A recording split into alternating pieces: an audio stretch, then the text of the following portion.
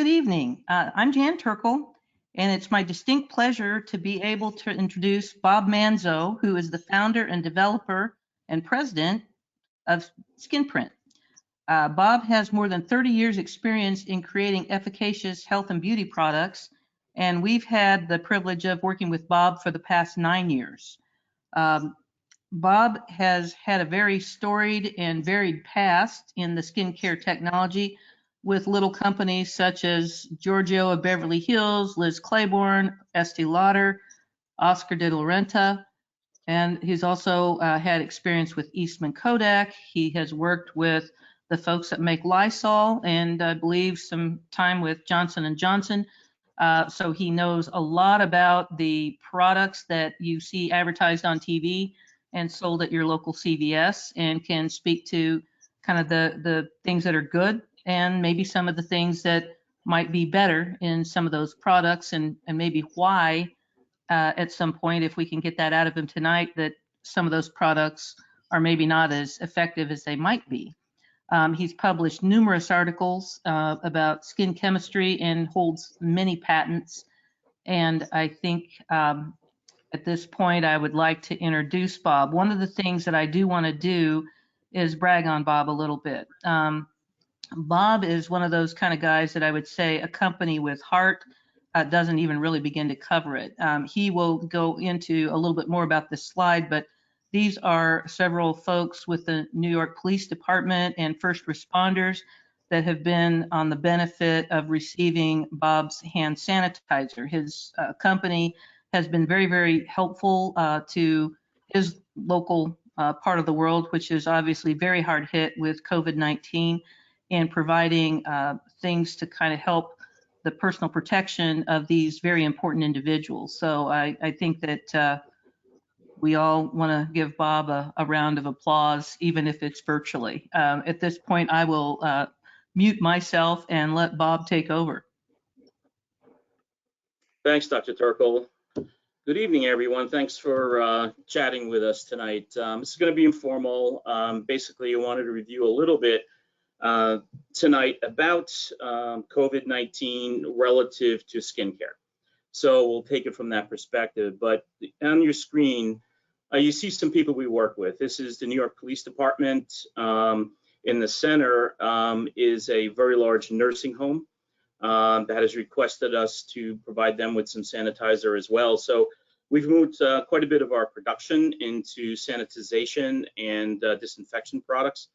So we're doing as much as we can to support this effort. And, you know, you hear this, it's almost kind of old now. These are heroes. Well, I got to tell you, if you go into the city now, you'll see Central Park full of hospital tents. You'll see quiet streets. I've lived here all of my life, and I frankly have not seen anything like this. The trade towers came down, which was a tragedy. It was quick. This is something that's been unpredictable, and it's got a lot of people on edge. And I, again, want to thank all of these people for what they do, because literally, I think the last estimate, 400 nurses and medical staff now have COVID. So kudos to them. They're on front line. Thank you very much to all of them. And that's why we feel good about contributing to their success. So thank you. So we're going to talk a little bit about COVID-19. I just wanted to give you a little bit of background. This is a novel COVID. As Dr. Turkle alluded to, I've been in this industry for a long time. I spent 6 years with the Lysol brand, which was a subsidiary of the Eastman Kodak company. And I managed the micro labs and the development labs for disinfectants and sanitizers. And what we did in that lab was a lot of viral kill work and a lot of micro work. The coronal actual species itself is a species that is actually easy to kill. This particular version, the COVID-19 version, is unusually virulent. And what I mean by that, it is transmissible very, very rapidly. Now, you can see by what's on here, and this is a bit of a technical structure, but what you can see here, it's a unique structure in that if you look to your left, I hope you can see my pointer, is a spike protein. And the significance of a spike protein is that this is part of the way the internal RNA, which is how you actually contract the disease, is transmitted. You can see inside here this band. This is all transmissible RNA or messenger RNA. This cell is not a live cell. And you see a nucleus here. Do you see mitochondria, which all are indicators of live cells? It is not. This is a cell which relies on a host. And right now we're collecting data. We being the U.S. government is collecting data on the virulency of this, collecting data on, if you contact a surface, how long does it stay on the surface, and a lot of different aspects of this. So it is interesting from a pure virus research standpoint, but believe it or not, it's fairly easy to kill. I wanted to show you this as well. This is actually, well, kind of, I believe, a brand new from the NIH structure analysis. You can kind of see where it gets its name as a spike protein. It delivers, and it has a mechanism by which it infects a host, i.e. you and me, in a very interesting shape. And there's a lot of biochemistry here, but needless to say, this is the structure that has been haunting us now for several months. What I wanted to talk to you about a little bit relative to skin is the barrier function of skin. We'll talk about it a little bit more. You'll see more graphics as we go. But I wanted to give you a little visualization of the size of a virus relative to even a bacteria. And you can see the bacterium on this slide relative to a virus, relative to skin barrier. So where do you think that the virus can go that bacteria cannot go? Well, it can go into the skin barrier if it's not intact. It's just a visual representation. It's not measured precisely, but it's an interesting thing to understand. Viruses are logarithmically smaller than our bacterium, and it presents a special issue when relative to disinfecting and sanitization. I'm going to stay on this a little bit more and give you some reasons why this works and doesn't work relative to disinfection. But what is barrier function? Barrier function, and I'm going to read this, but I'm going to explain it, is a measure of your skin's innate ability to protect itself from allergens, bacteria, and viruses, environmental stress. And the other mechanism that it has is retaining hydration. What's really, really important here is that you understand, essentially, it keeps moisture in a very important way. It hydrates your skin surface, but it keeps out toxins. If you think of it that way, that's how important this is, and particularly in this environment, it's very important. Now, before I talk about these slides, I know it's they look technical, but I'll walk through them with you because, again, it's important to understand these things. When on surfaces, I'm going to go back for a second and look at this picture. If you can look around this ring here, you'll see this thing. This is what's called a lipid or a fatty membrane. This membrane in the spike coronavirus is extremely sensitive. So that's why you constantly hear, wash your hands with soap and water. The reason being is the soap in the soap and water is effective enough to literally break apart this lipid membrane. And what happens is you have something called lysis, and it allows that particular virus to open up and spill its contents. Alcoholic sanitizers do a very similar thing, and they do it at about the same rate. But washing your hands with simple soap solutions is really very important and very effective at actually promoting the kill rate of this COVID-19 virus. So continue to wash your hands. The sanitizers are fine if you're out and about and you're doing whatever you're doing in a temporary way. But if you can get to soap and water, it's a very effective tool to removing this. And this is why you see this all the time when these public service messages are going on. So what we're seeing here is on the left side is a drawing of the top layer of the skin, which is called the epidermis, or the epidermal tissue. And on the top of that, you see the stratum corneum, which is the tissue that you can actually touch. It's the top layer of your skin. On the other side is an actual skin cross-section. It's a frozen stained cross-section.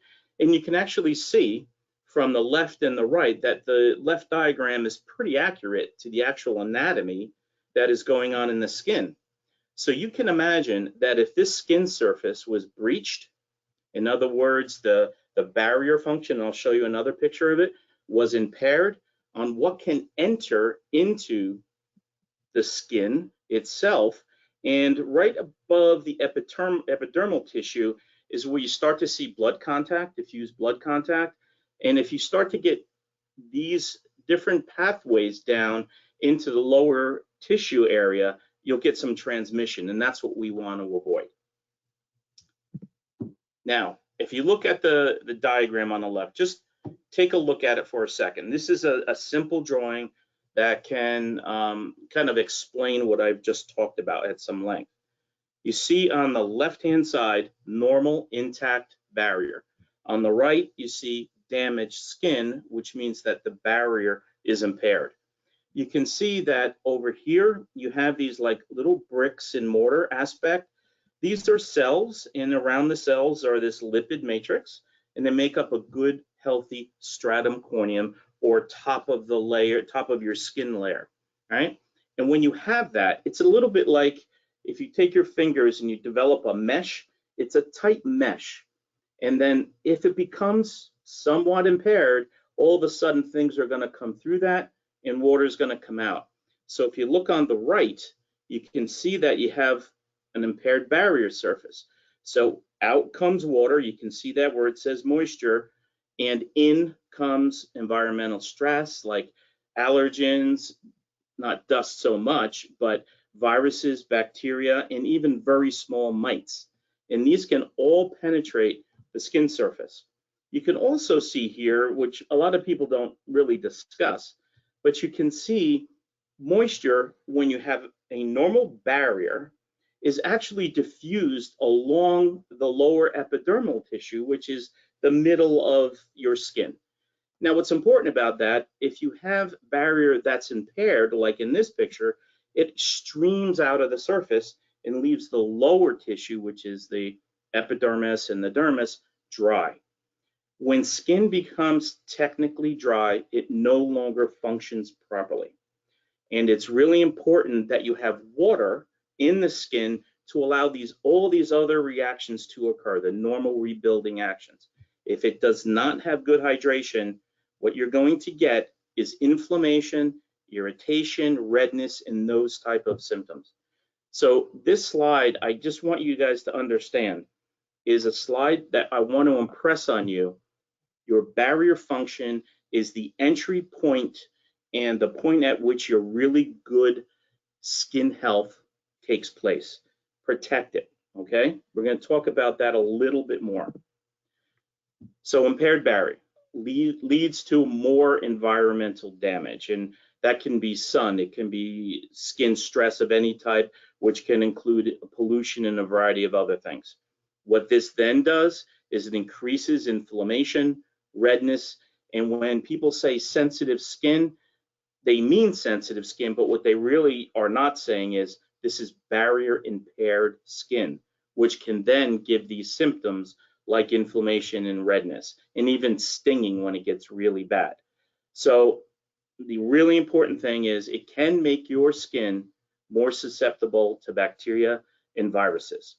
Now, I don't want to scare anybody here, because if you lean up with your hands against the counter at the grocery store, the probability, the high probability is you're not going to pick up a coronavirus, okay? It's not going to happen. But what we want to do is decrease risk of everything that you do such that there is no potential. So I'm not sure what your recommendations are locally, but you know that from a very high level, we want to manage your skin, but that's not just hydration, it's barrier function. So what are some things to avoid? Now, I'm talking to actually a pretty good group. I don't know who you all are, but The Turkle and Associates group, not only the employees, but the customers, are a very well-educated group. In my opinion, I do a lot of work around the country, and there's a lot of education that happens at the Turkle group. And so I'm going to talk a little bit about ingredients, because I think you guys can handle this. Now, when you have barrier function, you don't want to increase barrier issues, right? So let's talk about cleansers and exfoliators. Sulfates are soaps, and sulfates in types of soap and detergent solutions, when they go onto the skin, can make the skin barrier even worse than it is. So grab your cleanser wherever you are. If you got one around you, take a look at the label. Always read your labels. If the label says have a bunch of long words and it'll end in sulfate or sulfonate, these kind of things. If you have a sulfate in your cleanser, and sometimes they're in some serums and sometimes they're in some lotions, you have to be very careful, because they generally degrade barrier. So be careful about that, but mostly they're in your cleansers. So just take a look. You're not going to know what pH it is, but if you have ingredients like any acid, it could be as mild as citric acid, it could be as aggressive as glycolic acid. If you have a lot of acids in your serums or cleansers or exfoliants, take a break from them, let your skin go into a sensitive skin mode, come back to them, because they're good ingredients and they're generally good products. But if you use them all the time, again, you're going to degrade the barrier function. Same with enzymes. The most common enzyme is papaya, and papaya gives papain as the enzyme. If you're using anything with that, again, take a break from them, let your skin heal, and let the barrier function come back. Abrasives. I'm going to have a slide in a minute. We constantly get people in this clinic where we do R&D, and they'll come in, they'll say, oh yeah, I use the St. Ives apricot pit scrub. I'm like, oh. I roll my eyes, and I'm just like, oh my God, don't do that. Think about crushing up a pit and then putting it on your hand. Is that good or bad? I hope everybody's saying, oh my God, right?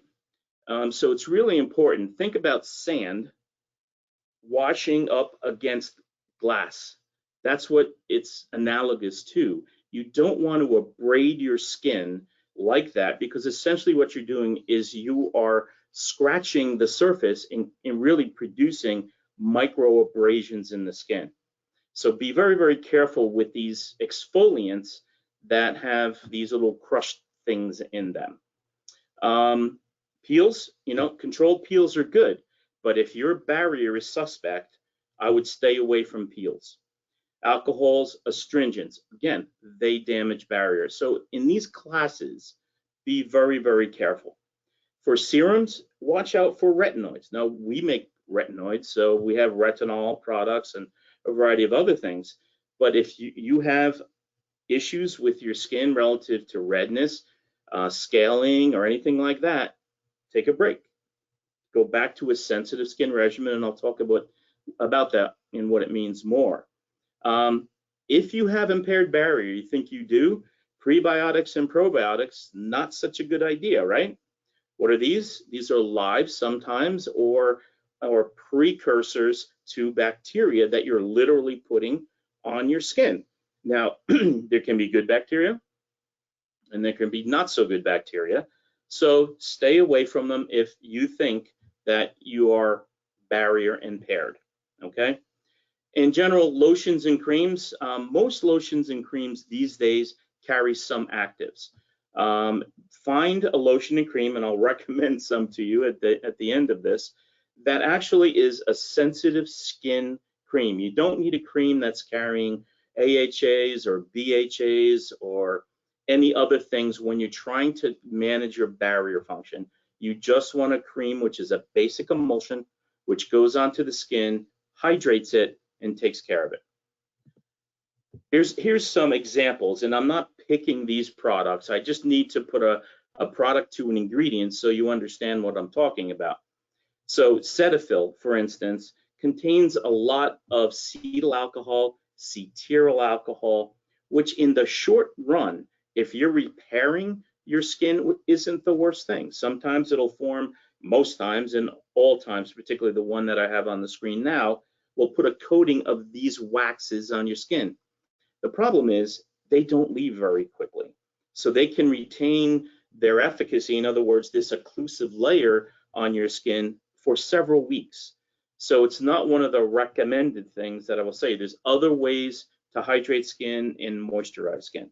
There's the St. Ives, right? It's an apricot oil scrub. Wonderful marketing. It looks like it's the best thing from sliced bread. Be careful, because when you put it on, it's abrading or scratching the skin. Neutrogena's retinol serum. It's a very aggressive form of retinol. They've patented it, and it's fine, and it works fairly well. But when your barrier is impaired, take a break, put it away.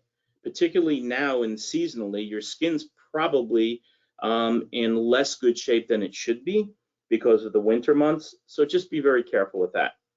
And certainly an 8% AHA gel, the one you see here, not a good idea with barrier function issues, right? So pay attention to the ingredients that you're using and how they're reacting on your skin. It's really important you understand that. So relative to how we're recommending you do that is having a simple 3-product system. So a sensitive skin cleanser, and we obviously recommend ours, right? It's a cleanser that really has nothing in it other than the surfactant, which is the cleansing part of it, at a fairly low level, water, and other ingredients which make it easy to remove your makeup, dirt, and oil. If your cleanser does not take all of that off, or if you're using wipes to wipe your skin after you cleanse, your product isn't working properly. That your sensitive skin cleanser should remove all of those things, including your makeup, if it's properly constructed. It's constructed through what's called a micellar concentration, and you probably heard about micellar solutions. Essentially, this is a micellar solution, and what it does when you put it on your skin, it traps and goes around the dirt and debris and the sebum and flushes it away instead of being smeared on like some other ones, okay? You should try to get, if your barrier is impaired, you should try to get a fragrance-free product. Obviously, if you have any aggressive or other types of preservatives, just be careful. These are the ones we sell are very, very carefully formulated to go onto the skin, remove what it needs, but protect the barrier and not let any other allergic ingredients on.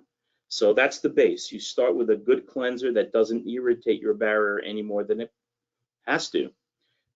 The Guardian Calming Complex is really important for a couple of reasons. It has anti-inflammatories in it. So the idea is your skin is already inflamed because the barrier is open and exchanging improperly with the environment, right? So we have to put anti-inflammatories in there. Then we have ingredients with actively, and these are different types of peptides. Now, peptides, you got to be careful. Everybody thinks peptides do one thing or another. Chemists use peptides to target how to heal or work with skin. There are peptides in Guardian Calming Complex which actually tell the skin to repair the barrier function, to produce new lipids, and actually create that really smooth, very good matrix in the skin. It works in multiple ways. So there are peptides that do that in there. There are moisturizers that do that in there, and there are anti-inflammatories. And that's really important that you get that on the skin. And then finally, you have to super hydrate the skin, and that's what this product does, which is Repair and Restorative Cream. In addition to super hydrating the skin, you want to make sure that there is antioxidants in the product to slow down any oxidative processes that are going on. And so it's really important you have a very simple process of cleansing, treating, and hydrating skin when your barrier is impaired, and wait for it to actually heal. Now at Turkle and Associates, they can actually measure that process. They have equipment there and they're trained on it to actually measure your barrier function, assess if it is damaged or impaired, provide a solution to that, and then actually remeasure it sometime later and to see if that whole approach actually worked. And it does most of the time. So you're very fortunate in your area of the world that you have a company who actually can measure your barrier function to assess if it is up to speed or not. And they'll let you know that pretty quickly. There's an acute care thing here too. Now, most people, they can moisturize, and that they can manage the way I just spoke about. Your skin may be in such a state where it is so impaired relative to the barrier quality of it, where you're going to need acute care, which means Dr. Turkle's facility also sells on a professional side Recover ointment. And what that does is it literally acts as a barrier to your skin, an artificial barrier, which also has anti-inflammatories in it, but it literally goes on top of your barrier and allows time for your barrier to repair itself before you remove it. And it's really important that if your barrier, in other words, you have stinging, a lot of redness, a lot of uncomfort in your skin, get some Recover ointment. At night, put it on your skin. And some people, we recommend, frankly, in different clinics, you putting little pieces of plastic on the face in the areas that are really in trouble, and then you actually get an occlusion with the Recover, and it really super hydrates the skin. I highly recommend, if you have acute issues with your barrier function, to grab some of the Recover ointment to get it back to its at least semi-good state. And there's other products that we have in the Turkle arsenal, and all of the people at the Turkle company can recommend these. The Skin Select 1 and 2 is really one of the top products that we have. But again, if you're working to repair barrier first, start with those 3 products that I talked about before. The Skin Select will then, when you apply it, strengthen the barrier, strengthen the dermal tissue, and really get it up to speed. Revive is a product that will actually work for people who have blemish-prone skin. A lot of the chemistry that's there is very similar to the chemistry that's in Guardian as well, but it has other ingredients to try to suppress the causes of the blemishing. And of course, 3D biopeptide is one of the mainstays, and that actually firms your skin. But before you do any of that, you have to actually make sure your barrier is fully intact, as I described before. So I'm going to stop here, and I think it's time to answer questions and have a little open discussion. So Devin and Dr. Turkle, if you want to come back in, feel free. Thanks, Bob. That was great. And for any of you listening, I believe there is a chat box on the right-hand side of the screen. So if you have any questions that you would like to ask Bob, please type them in. And I think if he cannot see them, I can certainly relay them, but I think he and Devin can also see those. I had a question just to kind of start. If you have impaired barrier function, does that make wrinkling and acne more problematic? Yes, it actually does. If the barrier function of your skin is impaired, what happens is there's chemicals in your skin. They're called cytokines. They're actually proteins, and they then produce inflammation.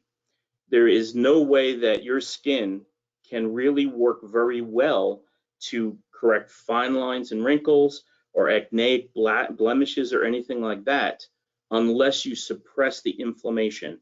And the barrier function is the key to that. So if you want your whole skin, including your fine lines and wrinkles, tone, texture, to behave well, to react to the ingredients that you put, and even to undergo surgical procedures and laser type procedures, barrier function is critical to do first before you do anything else. Okay. One of the things that listening to this, I've got a 19-year-old daughter that obviously at this time of year is probably still fairly dry, but it's kind of that acne on the cheeks and the T-zone. Um, would Guardian, or would you recommend something else to try to help her maintain a good barrier, but also try to help combat the tendency for breaking out? Yeah, and it's a good question. What we do and we recommend when someone comes in for consultation on acne is almost always we try to baseline them, which simply means when they come to you as a practice and when they come to us as a clinic, we don't know why they're breaking out. We take a history and we try to understand, and we actually measure many different aspects of the skin. But for the most part, it's usually a secondary reaction to what's going on in the skin itself. And so by baselining, in other words, putting the 3-product regimen in place, which is a sensitive skin cleanser, the Guardian, and either a sensitive skin lotion or an repair and restorative lotion, you wait about 3 weeks to a month, and then you start to see a whole different set of things happening. If there were comedones, if there were slight papules, pustules, or even cystic acne, they will come out. Now you can treat the actual cause of the issue as opposed to treating what we think were the symptoms. So we recommend you start breaking out or something unusual happens, put the 3-product set on, see what happens, and then adjust. If you need to use benzoyl peroxide, do it, salicylic or retinol, but don't do that right away because you may compound the issue. Excellent. We watch TV, we see the ads. Dove talks a lot about having a healthy microbiome. What is that? Yeah, a microbiome, it's kind of confusing in that you have barrier, as we talked about, right? So it's this matrix of your skin. It's your skin cells, top of your skin layer, and lipids, and that makes up a good barrier. The microbiome is the living bacterial presence that's on your skin. And everybody's skin is different. I did a lot of research over the years, particularly at the Lysol brand that I worked in, and actually swabbing different people's skin, different parts of people's skin. And you'll see many, many different types of what's called gram-positive bacteria, normal bacteria that's on skin. What has come out just recently here is something I worked in Europe with 25 years ago. When I worked in Europe, the Germans, the French, the Italians, they just did not want to wash a lot. So you can imagine the downside of that, right? But what they constantly said to me, this is 25 years ago or 20 years ago now, is we don't want to wash off that protective layer that's on my skin. And there was some truth in that. And what we're going back to now, and this is what the Unilever Corporation is doing when they talk about microbiome, is you don't want to strip that bacterial mix, which is working positively for you in your skin. And so a lot of the products that we continue to make and refine, keep that in mind. You don't want to strip the skin out. If you're using alcoholic toners with a lot of AHA and BHA and you're scrubbing your face, guess what happened? You remove the entire microbiome off the skin, and then you allow the barrier function to degrade in that way. So microbiome is just the mix of different microbacteria that are on your skin surface, and everybody has different types. There is something called gram-negative bacteria, which are pathogens, and you want to manage those carefully. And most people don't have an issue, and if they do, it'll come up in a doctor's visit. A lot of people talk about peptides, and certainly that is, I think every company that we deal with talks about peptides. I know they're small proteins intended to get in there and do different things, but are they all the same, or how do they differ? I mean, what makes one peptide work and one not? Another good question. So if you can think of a lock and a key, that's the best analogy I can give you. In your skin, in a fairly deep portion of your skin, there's a little factory. And this factory has a bunch of locks on it. And when your skin becomes damaged, there's messages that are sent to these locks, and these are the keys.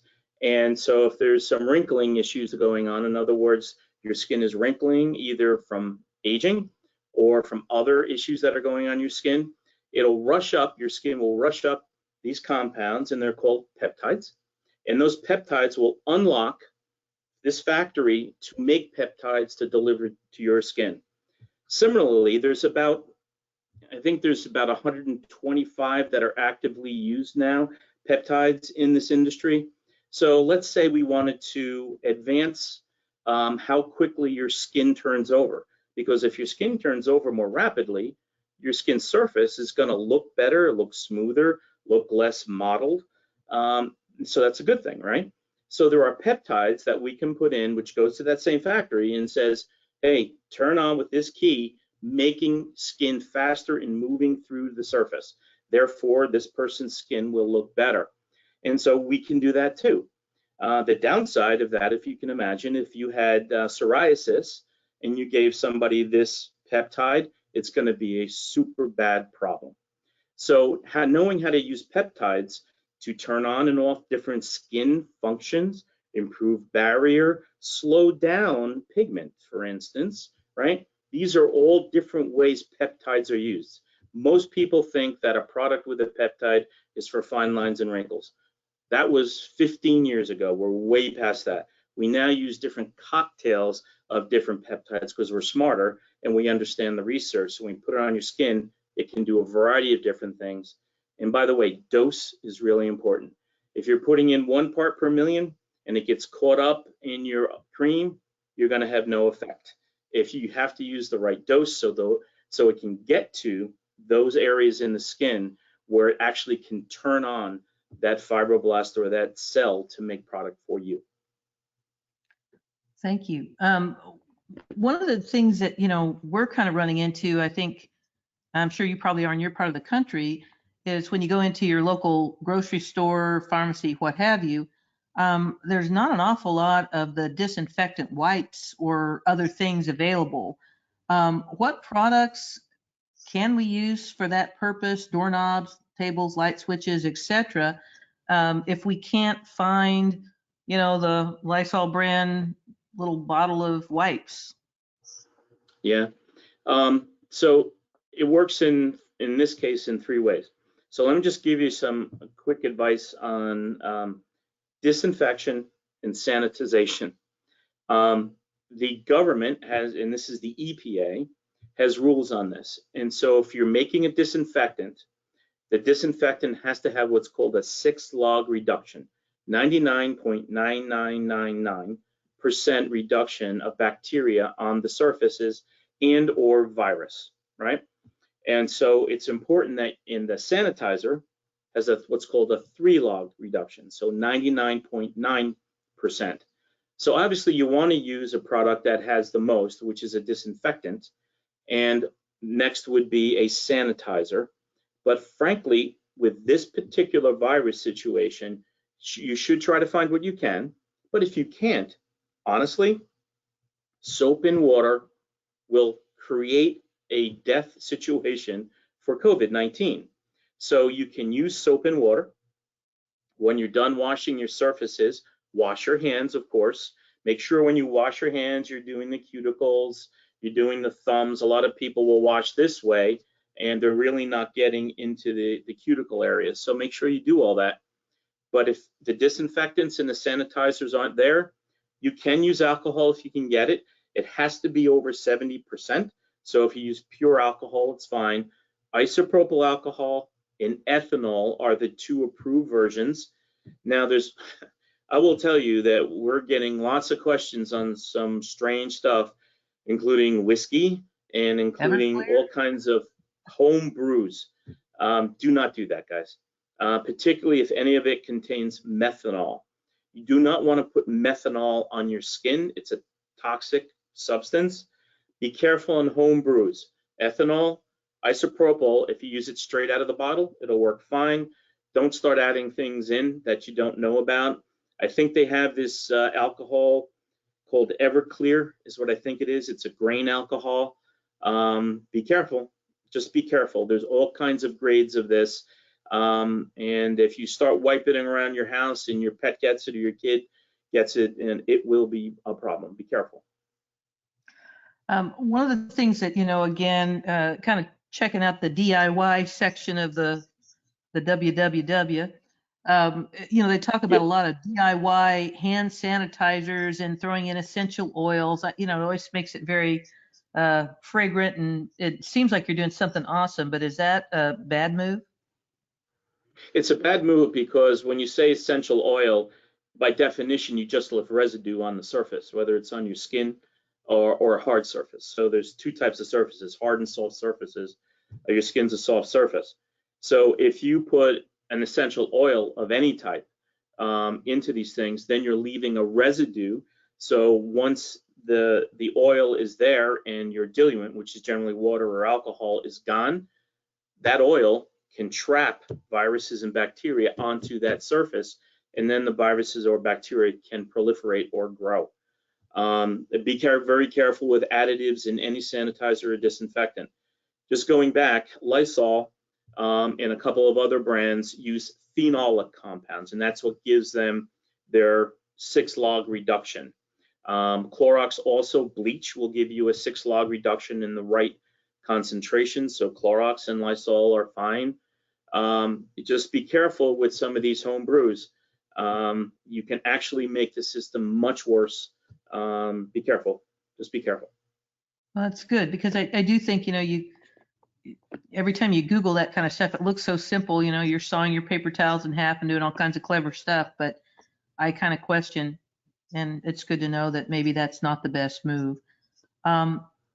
Environmental stress and kind of how it relates to skincare. I mean, obviously, we have environmental stresses all the time, whether it be UV or pollution or what have you. And obviously, at this point, anything that breaks down the barrier obviously makes us a little more susceptible to certainly viral infection.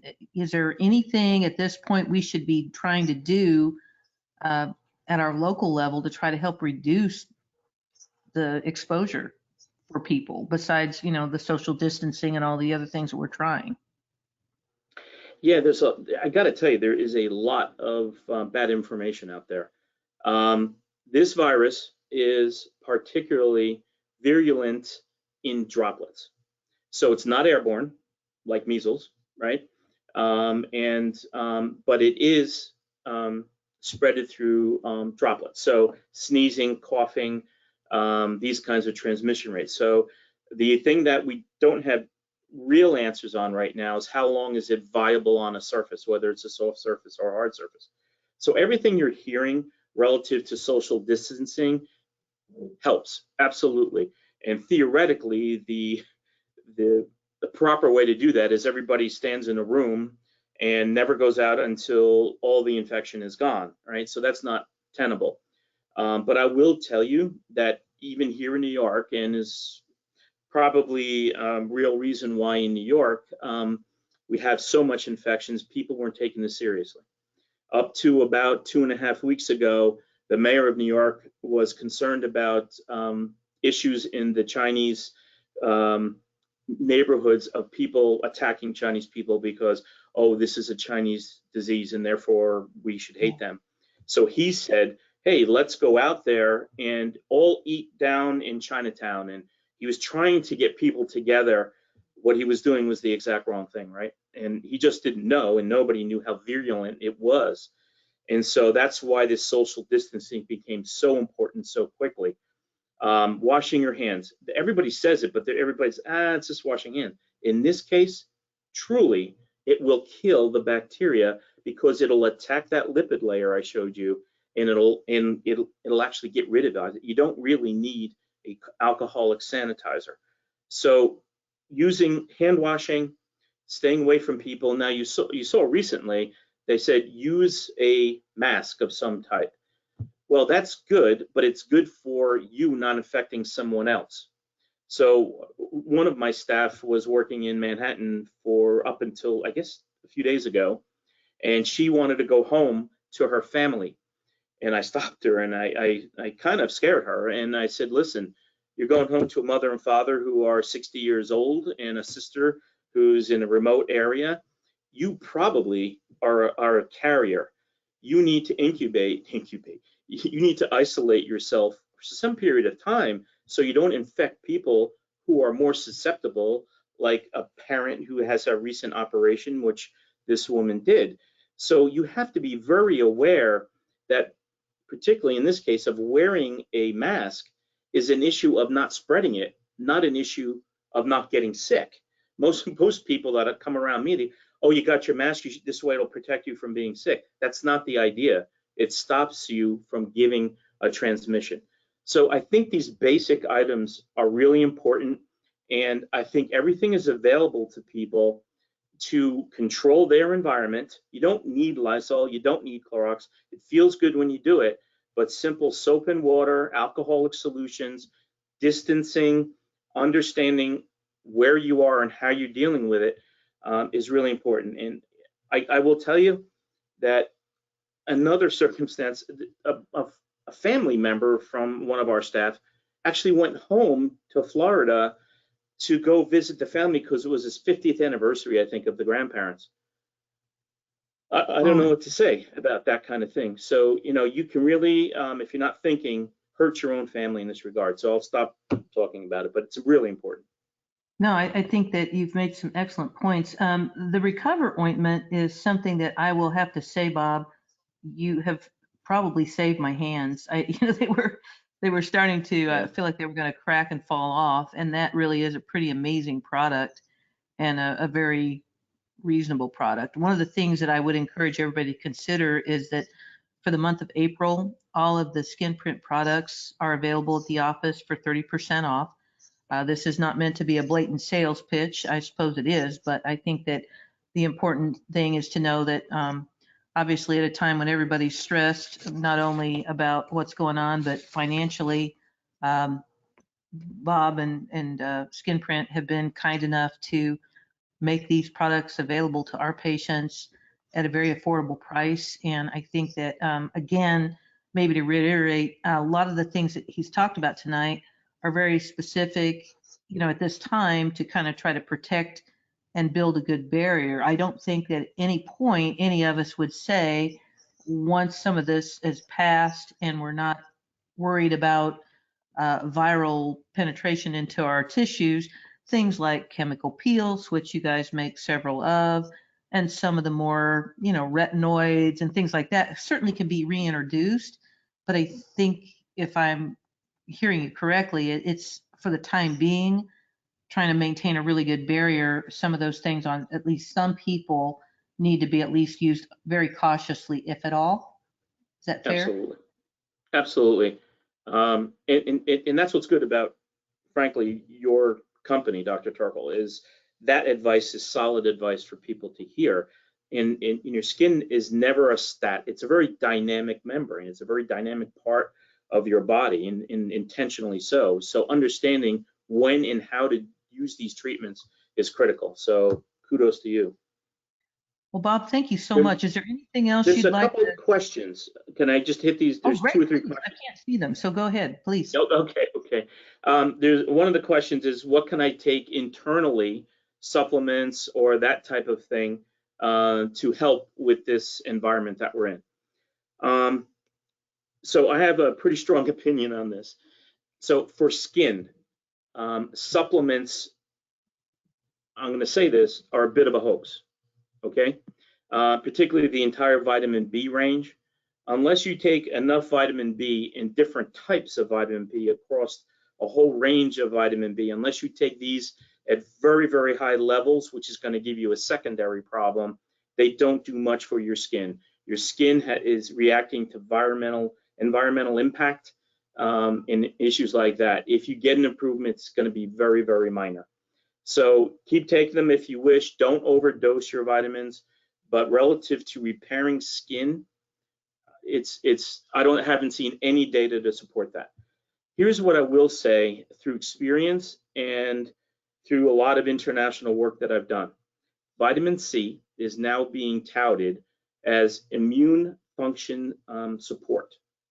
I agree 100% with that, with few caveats. I don't know who's on the line, but look up Dr. Linus Pauling. He did a lot of research in the 1960s on vitamin C and a lot of solid research. As a biochemist, he was a PhD biochemist. He won a Nobel Prize in this area. I support and fully agree with that.